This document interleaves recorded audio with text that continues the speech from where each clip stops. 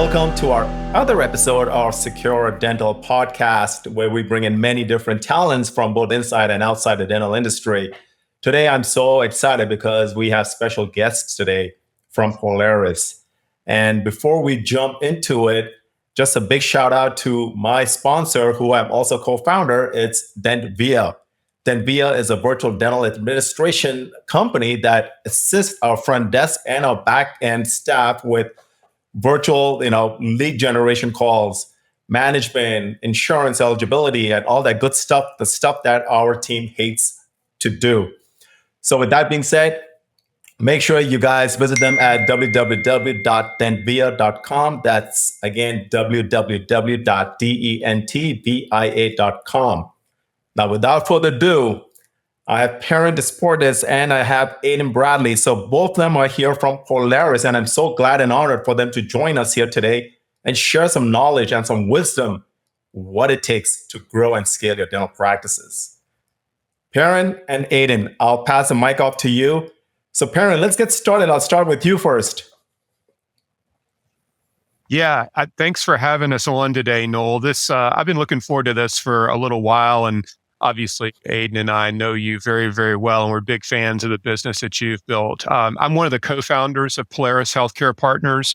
And for those who haven't heard of us or seen us speak or worked with us before, we're part consulting company, part transaction company. And we focus all of our work exclusively in the group dental practice space.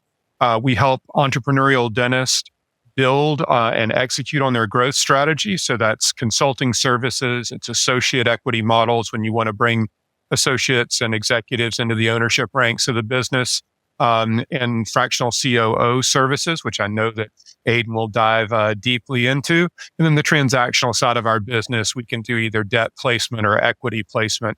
Debt placement, all of our core clients are what we call doctor founded and debt funded. So they're the entrepreneurial dentists who are using bank funds to grow. Bank funds are usually one of the Achilles heels of every group practice. I think we'll probably talk a little bit about that too. So if they want to continue to grow through the use of debt funds, we can usually source lower middle market or middle market capital for them to do so.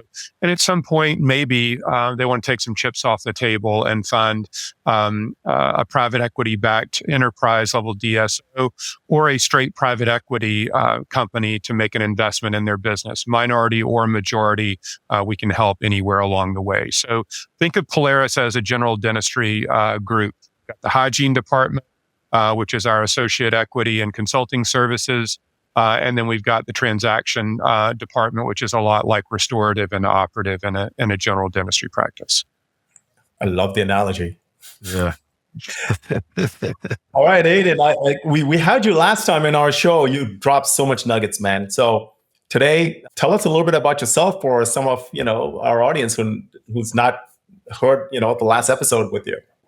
Yeah, firstly, thanks, Dr. Noel, for having Perrin and I back on individually and collectively.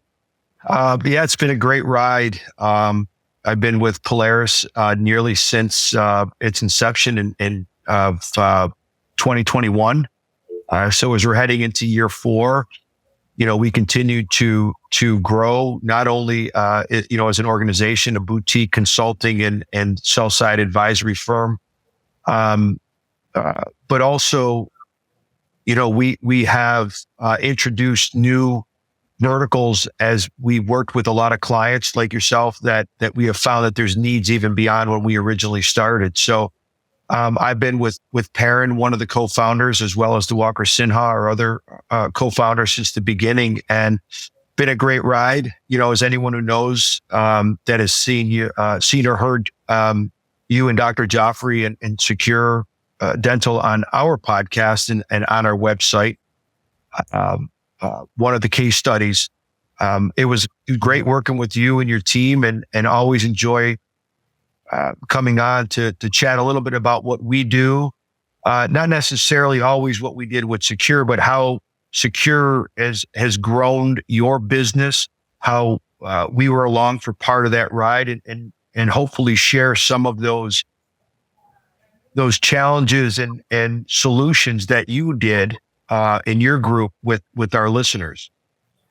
100%, 100%. I remember when I was on your show there, Perrin, we spoke about in depth about how we got started and how we got funded and all the problems and challenges, right? And I can still recall that time when I came to see you on that workshop where we were like on our feet.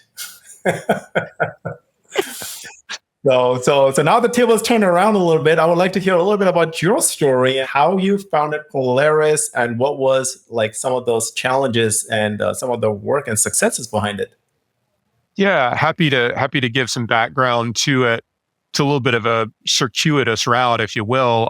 I've known my partner Diwakar Sinha for probably over 15 years or so. He comes from the world of healthcare banking, predominantly dental, but had done a lot of other lending and other healthcare verticals. And he was in the greater New Jersey, New York market for a while, where he worked with a couple of different lending institutions. And I actually ran one of the operating businesses for Patterson Dental Supply they called it Metro New York, New Jersey. So Staten Island, Manhattan, and Westchester, and then Central and Northern New Jersey.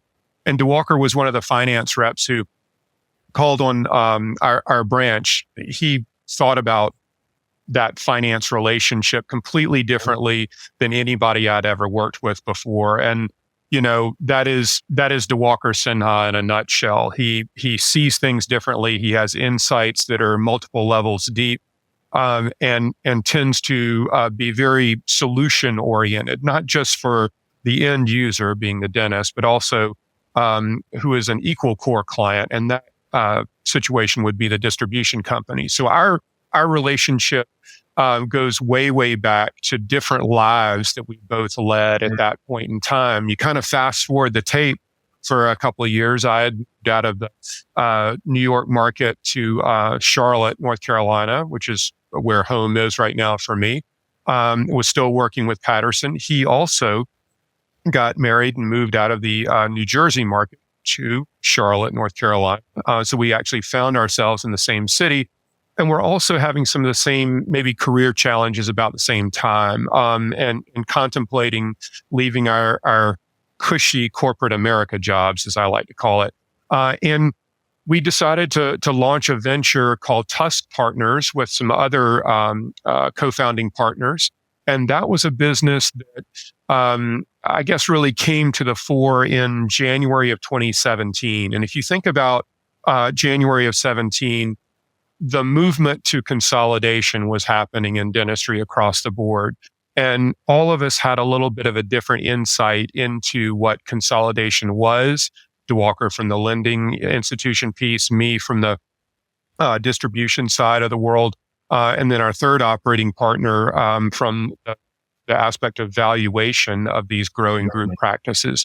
And there were a lot of people, there were a lot of individual dentists who were interested in building group practices, but I would say incorrectly, they assumed that just because they had built a successful practice in and of itself, that it was easy to replicate times 2, times 3, times 4, and on down the line. As you well know, it's not just twice as complicated to have 2 locations versus 1. It's geometrically more complicated. And we were seeing those entrepreneurial dentists all making the same mistakes, and along the growth path, I mean. And, you sit there and kind of say to yourself, wow, somebody ought to provide business level resources, because the challenges that they were encountering in building a group practice were far beyond what a traditional dental practice management consultant would offer in terms of solutions. Most of them hadn't worked in a multi-site environment anyway. None of us were clinical dentists, but we all came from big business corporate America backgrounds. And then if the target audience, the target dentist ever did reach some level of success in a multi-location group and they wanted to sell it, there was nobody really there to help them transact the business, because once again, a traditional dental practice broker wasn't equipped to handle a transaction of that complexity to a financial type of a buyer.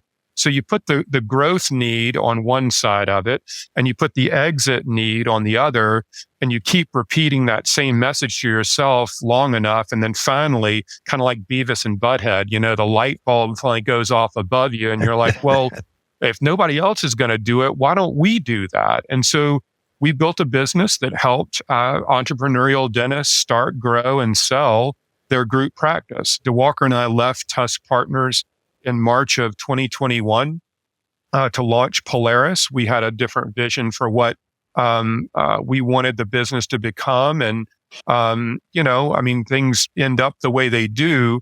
Launching Polaris 4 years ago gave us a lot more freedoms to create the business that we wanted, to bring more people into the business, to look at subsequent healthcare verticals that weren't dentistry, but they basically operated the same way and had the same challenges after all. And Polaris, we decided to call Polaris Healthcare Partners and not Polaris Dental Partners, because we believe the application has an equal merit in a lot of different verticals. And that's what we're focused on pursuing right now. And I think the business finds itself at a wonderful point in time in terms of opportunity and certainly in terms of need. And we can talk a little bit more concretely about those services as this conversation unfolds. Oh, absolutely. Like you guys with any kind of business, any entrepreneurial spirit or business, there are challenges, there are victories. Something along those lines where when you were expanding, would you say it would be the same kind of growth pattern like you would when a dental practice is growing with your Polaris? It's similar. So, and the reason I kind of hedge on that is because we can probably dig into this at a deeper level too. But I think when you look at a group dental practice or a group healthcare practice, it's a wonderful blend of fixed costs and variable costs. And then most healthcare practices, certainly general dentistry, you don't suffer from what's known as concentration risk from either a variety of services standpoint. You don't provide one widget to one consumer. In other words, dentists do a lot of different procedures on a lot of different patients. And all of those patients, most of the time at least, come from different payer structures, be they fee for service or cash pay, or different insurance plans and employers. So when you look at a group healthcare practice, and certainly this is indicative of the world of dentistry, you have a nice blend of the cost structure that allows you to get some advantages around growth and scale, certainly. But you also don't suffer from, being a one-trick pony from either a service delivery or a consumer standpoint. And I think that's highly advantageous of the model itself. A consulting company like what we have scales a little bit differently. The cost structure can be a lot less because we don't have as many fixed costs, aside from wages and payroll, which doesn't come cheap. Adin's a lot smarter than he looks, I'll tell you that. And the price point for a guy like that is usually pretty high. So it's steep. Yeah. While our payroll is our biggest expense, like it is in a dental practice, we can flex that a little bit. And then the way we choose to scale can be a little bit more akin to like what a tech company would be beyond a floor of initial investment. The more revenue we can pile on without adding on additional costs makes it a little bit different. Although our consumer is dramatically different, price point of services is different. So some similar, but some different based on the model, I would say. Oh, thanks for sharing that, because a lot of times we always have this notion that, okay, consulting companies, how are they operating? What is going on? What are their fixed costs, right? So that kind of gives a little bit of insight. So we're going to switch gears a little bit. Wanted to kind of dive in a little bit into what you guys actually do. You help scaling group practices and doctor-backed offices, right? What are some of those biggest mistakes that you are seeing when you are actually consulting with a company when they want to grow from 2 to 3 to 4 to 5? We see this all the time. Everyone wants to grow. But what are some of those mistakes you're seeing, and how do we avoid them? Adin, do you want to take the first crack at this, and I'll add some to it as well? Yeah, I'd love to. And yeah, it's a great question. And because we are, what we would consider a white glove consulting group, we we always tailor our output to what the owner wants or what we think the owner thinks they want. And to answer that question specifically, Noel, I think a lot of times what we try to do is get them to really identify what type of group practice they're looking to build. Is it a lifestyle business? Is it building to grow, just to scale, potentially exit, maybe just optimize it as much as they can and then make a decision? And the reason why I say that is what I've seen out in the field. And then I'll touch on a couple new verticals that we have started basically out of necessity with some of the groups that we worked with that needed a little higher touch. Is it really is going to have a commitment to how dollars are allocated and dollars are spent. So those that are looking to scale and grow are going to have to be disciplined and reinvesting back in the business. If you're trying to scale and grow while paying for, the new Mercedes and the country club membership at the same time, it's going to make those a little bit more difficult to do. And, I say that and maybe we get a chuckle out there, but that is the reality with some. So really defining who you want to be when you grow up is going to really determine the path on how you're going to operate the business,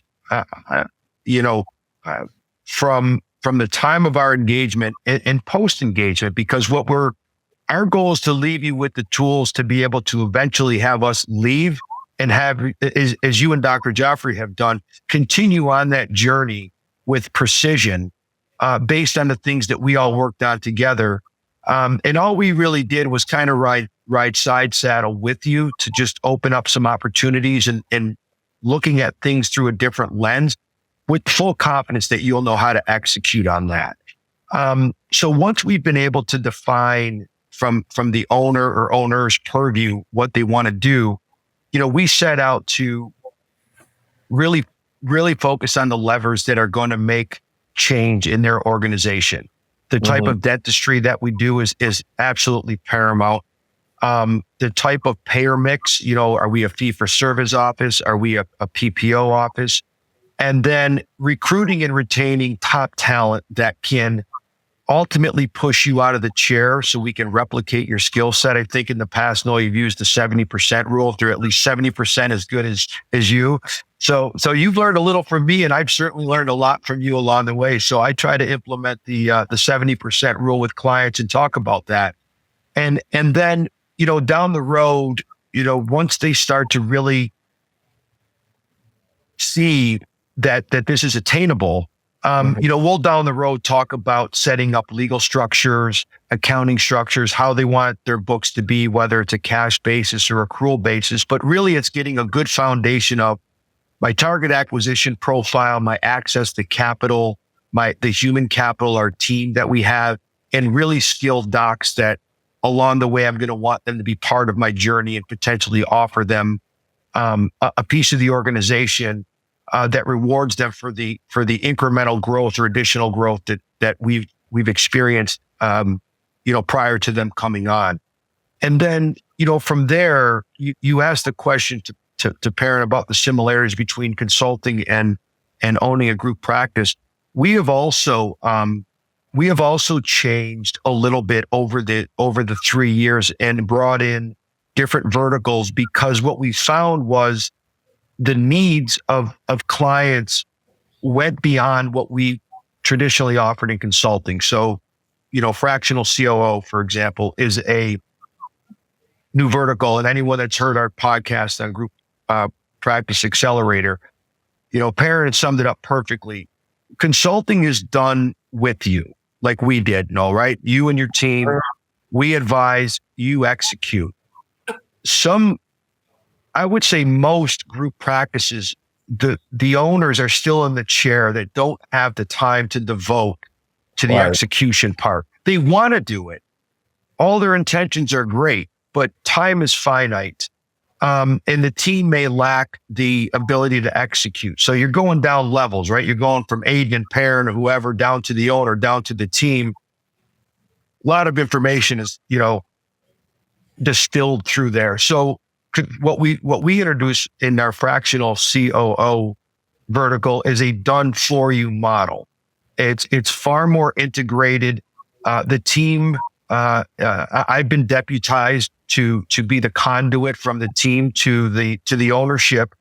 And we are really deep into the operations, revenue cycle, retention, turnover, doctor production, ADA codes, payer mix, AR. We run the whole gamut. And what we look for are areas to optimize the practice or the group, but also at the same time, we're assessing the leadership team and the management team and developing them to a level that they can continue to scale and grow. And either they accept the challenge and can do that so they can continue to integrate new offices, whether it be de novo or acquisition, or unfortunately, if they've kind of hit the limit of their capabilities, then how do we identify the type of leadership team members that you might need to bring in from the outside to help you grow? So, obviously, I'm kind of painting with a really broad brush there, but what we've tried to do is be able to offer our services for every step along the journey that a group practice has. We want to be part of that solution and not turf it to somebody else. So we have a complete data and analytics team. We have transaction executives, growth capital solution team members, myself that does consulting and fractional COO, as well as associate equity, ownership, whether buy-in or earned. So there's not really anything that Polaris cannot help or guide throughout the life cycle of that relationship. Absolutely. I can attest to that, Adin. No doubt. That's awesome. Yeah. And I'll tell you, in from a couple of things that I said, you shared your journey about the tough times and I was fortunate enough to see you when you had kind of come through most of that, right? You were sort of on kind of the execution part. And what I was really, enamored by was the emphasis that you put on the team, the human capital, the branding, and the autonomy given to your team with a clear vision and set of core values. Like this is who Secure Dental is, and this is who Secure Dental is not. And you guys have continued to grow and capitalize on that. And I'm a big follower of Secure Dental, as you can tell. And also the things that you have done to give back to the community. We just experienced Veterans Day about a week ago.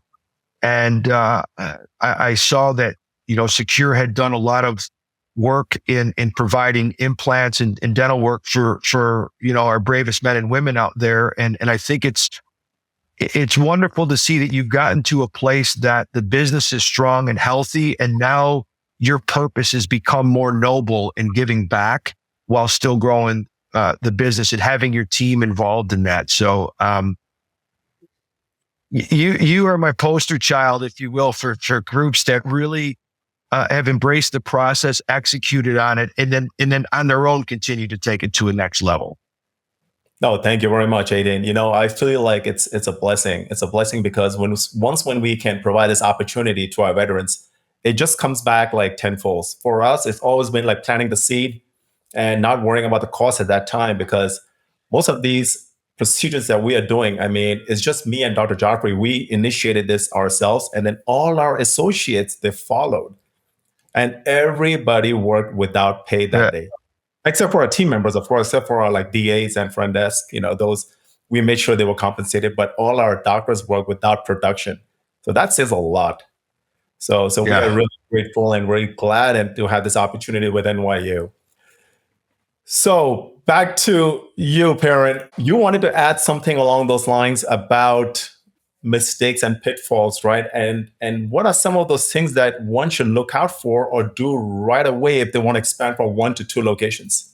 Yeah, I think obviously, when you're building a growing business, you can make 101 different mistakes, and they all kind of vary according to size and magnitude or jeopardy, maybe.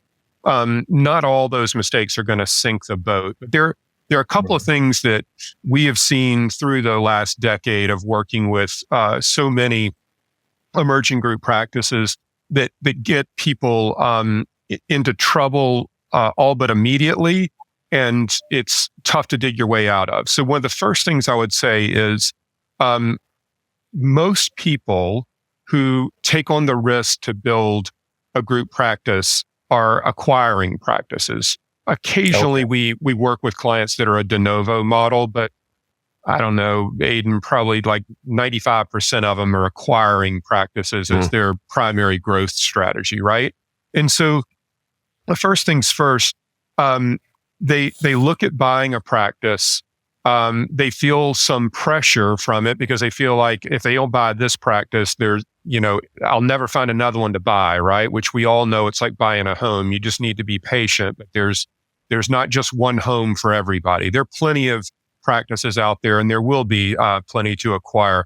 So when they look at buying a practice, they tend to focus on the top line sale price, the valuation number. It's too high, I can't pay that much for it, or this is a screaming deal, or whatever it is. In a solo practice acquisition, it's really less about what you pay for the practice versus what you intend to do with it. And I'm always alarmed that, when people buy a practice and I say, okay, you bought it for $1 million, you bought it for $500,000, whatever it is, what did you expect the revenue line to be a year down the road? What did you expect the revenue line to be a year down the road? Meaning, did you investigate how many new patients they're getting each month? Did you investigate how much they're spending in terms of marketing and advertising?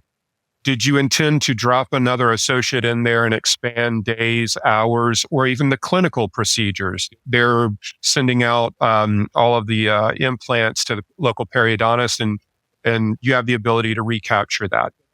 You never buy a business to maintain it. You always buy a business to improve it. So the first thing we think is, okay, you're going to buy it today. The revenue is whatever the revenue is. What are you going to do to it to increase the revenue by whatever percent 12 months from now? What is it quantifiably? And along the same lines, you had a good look at the expense structure of the business during due diligence. What are 2 or 3 areas of the expense structure that you think you can take a point or 2 out of the expense structure along the way? Is it lab and supplies? Is it professional services? Do they have too many people on the payroll? God forbid. But there are bound to be ways to improve the cost structure of a business. There should be a lot of ways to improve the revenue trajectory of the business, but that has to happen based on your insistence, and you have to have insight into it, and you have to hold yourself accountable 12 months down the road to say, we either did it or we didn't. And if we didn't, what do we get wrong? So the first thing is, how are we going to improve the business quantifiably? The second thing is, when we buy the business and we are going to pay whatever it is the selling price, again, all of our clients are using bank funds to grow. So you look at the revenue line of the business we're buying, you look at the marginal profitability, and we think that's it. Well, that's never it, right? Because now we got to pay the bank back some amount of money every year. And after we create operational cash flow, and then we pay the bank what it costs us to finance the acquisition, what's left for us? Is it free cash flow positive? If it's an owner-driven business that you're buying and the owner's exiting and you're not going to work in it for free, you're going to pay an associate to work in it for free, did you even normalize the clinical compensation at the point of acquisition? And if the answer to that is no, I can all but guarantee you this thing's going to be in the red. So now our great practice that we started with, that we built from the ground up, is now funding directly the underperforming practice that we just bought because we didn't accurately assess free cash flow and debt service, and we've gotten no improvement in the business whatsoever. The third thing that gets everybody into trouble, that makes all of this so much worse, is that most of the people who buy practices are working basically full-time in their core business, their first practice. Full-time usually being 4 days a week clinically, right? Well, Right. one of the things they want to do is start dropping clinical days of responsibility in their core business so that they can focus on finding other practices to buy. We call this business development. Well, when you do that, the clinical needs don't go away from the patient base. You have to pay an associate to do the work that you're no longer doing. Well, where does that come from? It comes out of the owner's back pocket, right? So now we're making less income out of our core practice while we have a nice lifestyle on the home front. And when we less income, we all of a sudden find ourselves in conflict with our family. And we have an underperforming practice that we just bought that's sucking the cash flow out of our core business. How does this all sound to you, Noel? You know, I mean, it sounds like a great project, right? I mean, everybody would want to do that. Well, of course, nobody would want to do that. But everybody does, because they don't quantify how any of these changes are going to impact them from a cash flow standpoint. We probably do this example that I just kind of walked and talked through. We probably do this with more than 80% of our consulting clients through some of the financial modeling that Adin referenced, for the very reason that I alluded to. When somebody comes to us and says, I think I need to work with you guys because somebody's got to tell me how it is that I'm making less money today when I own 4 practices versus what I made when I only owned 1. How is that possible? And I can do it on a whiteboard in about 30 seconds, but it looks a lot better if we use Excel and do all the modeling and make it look like it was really hard to come to the conclusion, but it's not. It's really straightforward, and it's usually exactly what I just said. Perrin, that's spot on, man. I mean, that is one of those reasons how we got in trouble in the first place, right? It's like we are always trying to grow and thinking the cash flow is going to increase, the valuation is going to increase. But little do we understand like how the whole business would work as in whole versus 1 or 2 locations. And I feel like, you know, we are probably hitting another break point in our own businesses. It's like where we're comfortable with our 10 locations. Now, if we go to the next level, which is 15 to 20, that's a different animal altogether again, right? It's like the same cycle would repeat again and again. So I'm seeing 2 folds here, right? So if a owner doctor is going to acquire practice, there are 2 things that I'm seeing here from what I heard from you and Adin. The selling doctor needs to understand that there is some meat left in the bone, right? They're leaving some meat left on the bone before they sell. And the buying doctor needs to realize their potential that there is still meat left on the bone. So what I'm thinking is if a selling doctor is a super GP doing everything and firing in all cylinders and making $2.5, $3 million a year, and they sell it at a valuation of 2.5 or maybe 2.1 million or whatever, right? The selling doctor, if they are not as good as a super GP, you know, it's like 2 opposite ends of the spectrum now. They're just going to buy the practice and they're not going to be making it. So I can see like what you're saying is like it's got to have the balance. And almost to a point where the selling doctor needs to be underperforming than the guy overtaking the practice. Right? In an ideal world, sure. Yeah. Yeah, I completely agree with that. That's a great point right there, Perrin. Yes, and that's I was going to say that's sort of the secret sauce there. And what we talk about is being really disciplined with what we call a target acquisition profile, which really keeps you disciplined in exactly what you're looking for. And from a high level, you know, the geographic location, so you're close enough to your practices without cannibalizing them. You know, is there quote unquote meat on the bone? You know, Perrin mentioned about, you know, your new patient flow. Is there enough patients? What you don't want to do is buy a practice, you know, from a doctor that may be ready to sunset it, and the patients are actually aging out with them, right? So at some point, you're without patients. a minimum of, what we would like to think is a minimum of 6 operatories, because, your fixed cost expense is so high, your overhead just to turn the lights on, that the only way to kind of build some profitability in there is to have the ability for more production. And then, lastly, one of the things that I find often is owners think that more practices equal more money just because we're generating a lot of dollars, right? And Perrin was referencing this. And what I find is we can tell right away, and here's an easy whiteboard litmus test, if you will. Like if you've bought more practices, and you're either less or just the same profit wise in dollars, you have not scaled. You're not a group practice. You are a common owned 5 practice outfit. Every practice is running differently from each other. They're not scaled. You don't have any centralized services. Your processes are probably all over the place, meaning, in particular, a call center, revenue cycle, areas of efficiency that you would get as you scale any kind of practice. And if you're buying that practice too, is in the beginning, is our associates going to stay with you through the transaction? Do you have a team that is sort of a fast team? It was an acronym where they can integrate that practice into your group immediately, meaning, setting the stage for what the culture's like, the benefits, the payer mix, getting on your reimbursement fee schedule. How does this look? Like Perrin said, 12 months out, and it is more predictable than one might imagine when you stay, committed to looking at the levers that you have to look at. And, we said you may look at 30 or 40 practices and whittle it down to just 2 or 3 and really be disciplined to just walk away from those that don't check all or nearly all of the check boxes that you are going into.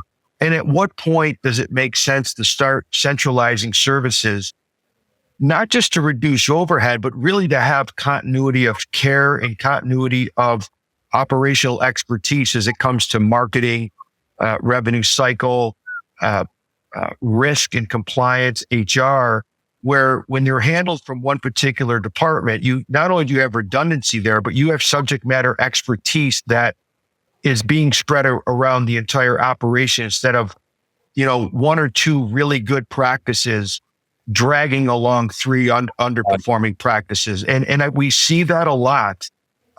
So, in our modeling, we look at a consolidated basis. We take all the practices together and we have an adjusted EBITDA number.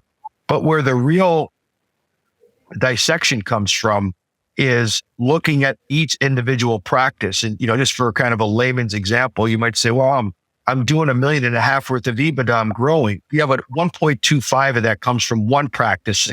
250 comes from another, and the others are kind of, at equal or best. And it's almost at the point you'd be more profitable if you literally just cut off 3 practices from your group. You'd be further ahead and in a far less stressed. We're not advocating that for those types of groups. That's where we come in and help and say, let's get those profitable. Let's find out why those are dragging the group down and why they're not as optimized. What are you doing so well in practice 1 that you're not doing in 3, 4, and 5? Once you learn to master that and really understand all the levers that need to be pulled, now as you talk being 10 practices, I am fully confident that you could buy a practice equally as big as Secure, envelop them into your own, and I don't think you'd miss a beat. I think your team internally, I've got some tribal knowledge of your team and how you and Dr. Joffrey work.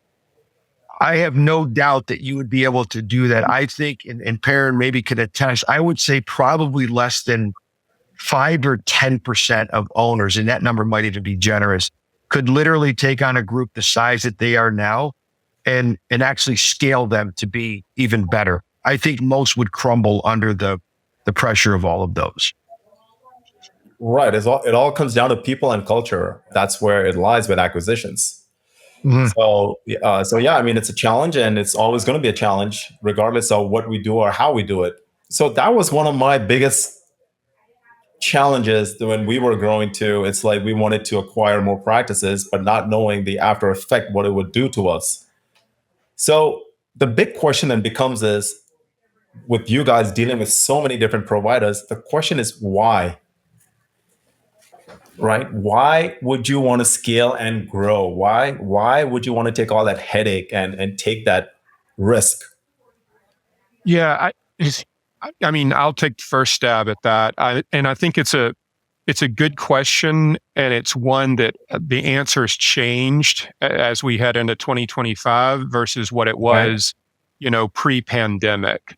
And I feel like historically, if we go back pre-pandemic, the people building group practices were innovators and early adopters in marketing parlance, right? They were the tip of the bell curve, and they had a vision, they saw something, and were aggressive in pursuing it.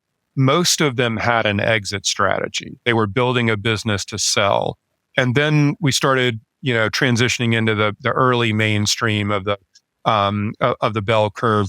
Pandemic hits, and there was an acceleration of global M&A coming out of the pandemic like the world's never seen before. Right. And there were a lot of enterprise level groups that bought practices or small groups for a heightened valuation because the cost of funds to borrow was negligible at best. And then all of a sudden we had this run up in lending rates that created a problem at the top end of the market as it relates to M&A, created cash flow problems in a lot of those businesses. And a lot of them were not able to recap. So they were not able to fulfill the promise that they put forth to their practice owners that they had acquired. And now you have this segment of the marketplace that is seeing that from afar, and they're saying, wow, I had a bunch of friends that transacted their businesses and maybe it didn't work out that well. Maybe it was unfulfilled promises and a lot of frustrations. This wasn't the road to easy money the way we were all guaranteed that it would be. And so I think the why question for many people who are building businesses is much more front and center around what somebody's motivations are. And I'm not going to get on a soapbox here, but I actually think this is the best thing for the profession that it has been in the better part of the decade that I've been working in it. And I think there are a lot of people that are maybe in the first half of their career that are simply building a small, manageable, methodical group practice because they see the profession of dentistry as being very physically demanding, from a musculoskeletal standpoint, from a vision standpoint. I mean, dentistry is a very physical healthcare profession. And I don't think people really give it its due unless you are a clinical dentist and you've walked that path or you've seen it, kind of like Adin and I have. Now there are people that are saying, hey, I don't know if I'm going to be able to physically last 40 years of doing this. And if I have a really good practice that cash flows wonderfully, what if something happens to me? What happens to my family at that point? So maybe I'm going to add another location every couple of years. I'm going to bring a few of the associates into the ownership ranks at a minority partner level. I'm going to grow methodically. I'm going to pay down debt service along the way so I'm not like hitched to the bank forever. And you know what? Maybe I don't want to sell it. So maybe my why is now more of a cash flow driven business than it is a wealth driven equation around a transaction. If I decide to sell it way down the road, maybe it's an internal sale to my associates who are minority partners, or maybe it's an enterprise buyer. I'll figure that out in 20 years. But in the short run, next decade or so, maybe I just want to build a multi-location group whose success is not dependent upon my clinical skills. And I think that kind of a why is really, really great because it's an independent ownership. It's a doctor-driven mindset. And you can make a really healthy case that it's also with the best interests of the patients as it relates to clinical care too. So I think the why question I've seen from my vantage point, if you will, shift I don't want to say 180 degrees, but there's been a lot of changes in it over the last handful of years coming out of the pandemic. Oh, excellent answer, Perrin. So for people like with this kind of why, would you argue that they should still have an exit in mind in order to be successful? Yes, but I don't think you should have any urgency in mind. So Adin and I talk with people all the time and say, hey, look, if you build a successful group practice, whether it's 4 locations or 14 or 40, whatever the number is, and it is, to use Adin's term, optimized, it's operating efficiently, it yields tremendous cash flows, systems and processes are dialed in. You've arguably got a handful of minority partners in the ownership structure, so everybody has a little bit of a leadership hat on. We're all rowing in the same direction. If that business is truly optimized, I got news for you. It's going to value really, really highly, and there's always going to be a buyer for it. But Okay. I think the difference is that maybe pre-pandemic or coming right out of the pandemic, people just felt like, hey, I got 10 locations. It's going to value at 10 times EBITDA. No problem, Right. man. Well, that's not the world we live in anymore. If you build a 10 location group that's a mess, there's not going to be a buyer for that. So whatever it is you want to build and however fast, just optimize it. Yeah.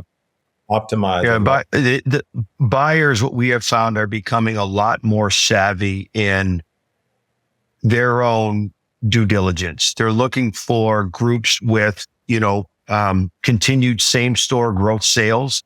They're looking deeper under the hood of all the practices within that group.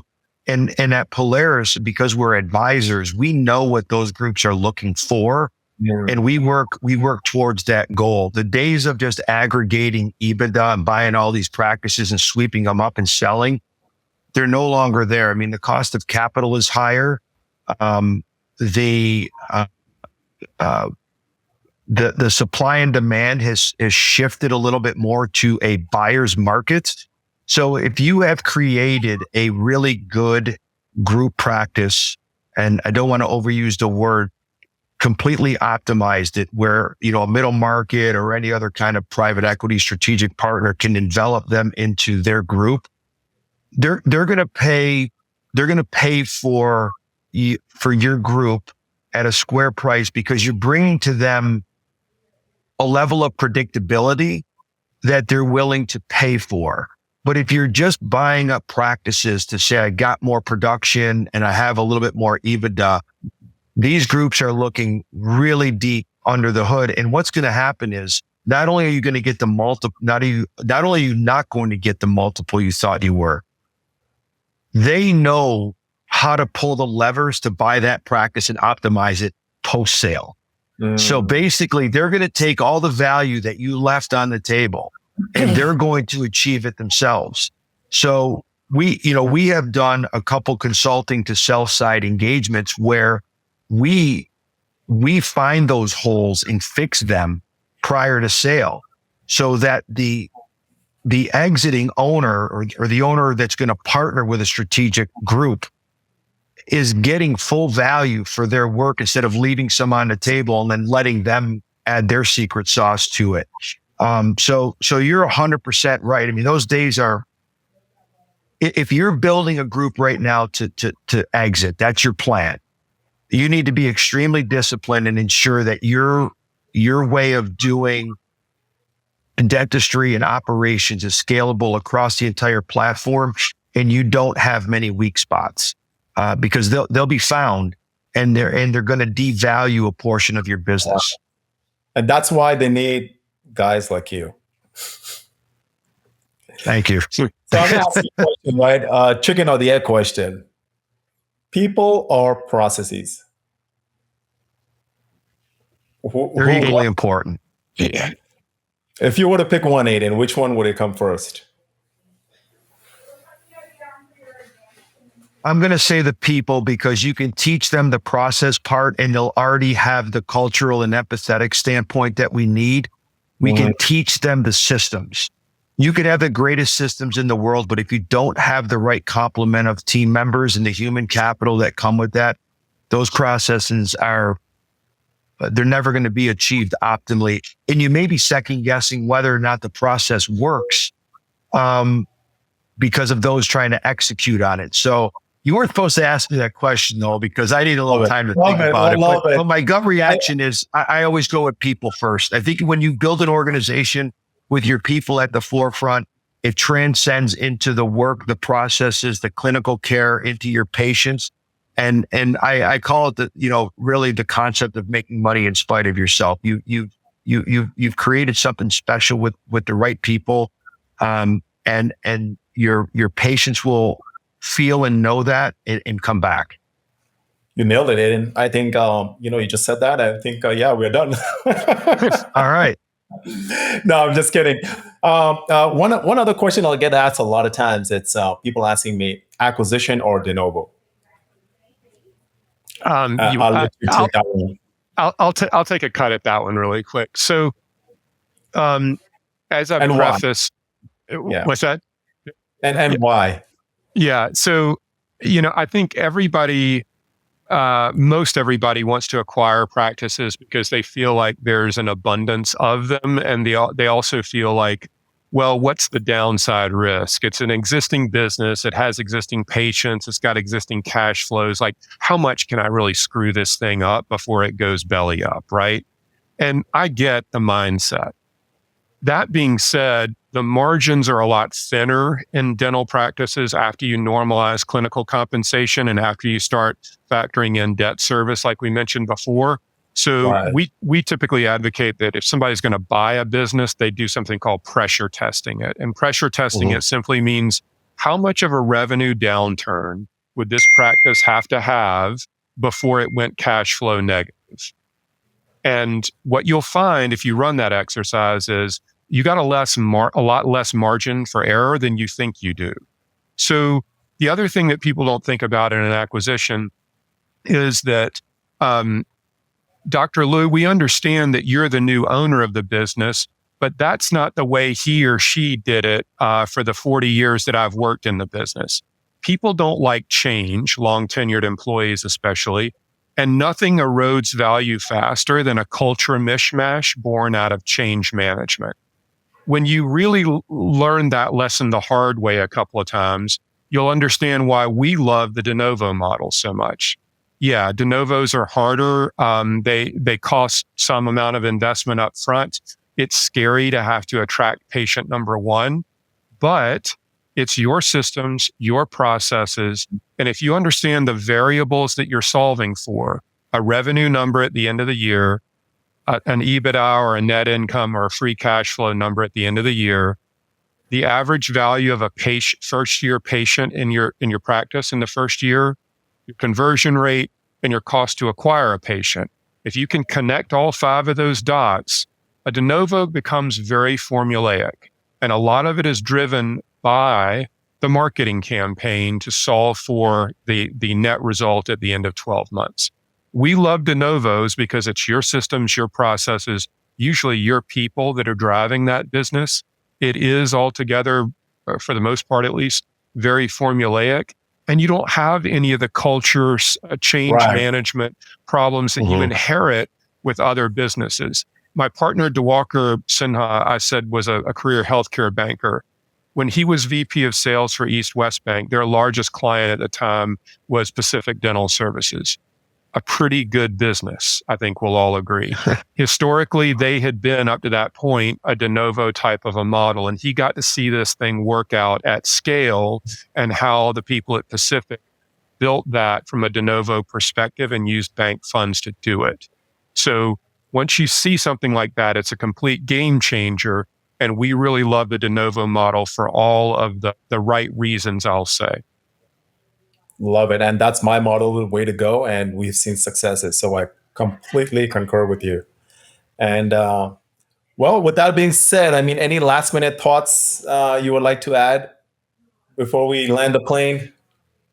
I'll take one last pass at it. And, we're recording this a little bit before Thanksgiving. And, as we look into 2025, I think we have some great years ahead of us in the world of healthcare services and dentistry specifically. I think that we're starting to re-enter a new normalcy phase that looks a lot like pre-pandemic levels as it relates to lending rates, inflation rates, employment rates.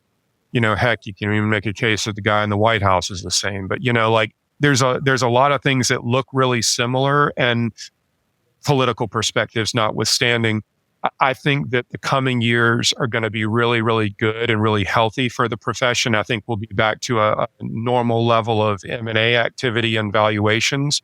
And I think that, more things being kind of back to normal levels means we all know how the game's played. And when there's predictability, it's usually very good for business. 100%. Amen. I think what you spot on, it's going to happen. I have a good feeling about it as well. Well, with that being said, thank you very, very much, gentlemen. It was a pleasure. Way too much. I think we need to have another episode. What do you guys think? Let's do it. You put out the call, Noel. We'll be on with you anytime you want. We've enjoyed it very much. I would love to have you guys back, because I really want to touch on a little bit about associate equity model and kind of like how do you guys, get that arranged. So I'm definitely going to keep an eye out and for some dates, and we'll try to shoot this again. Looking forward to it. Thanks for having us on today. Happy Thanksgiving to you and your team. Take care. Yep. Thank you very much.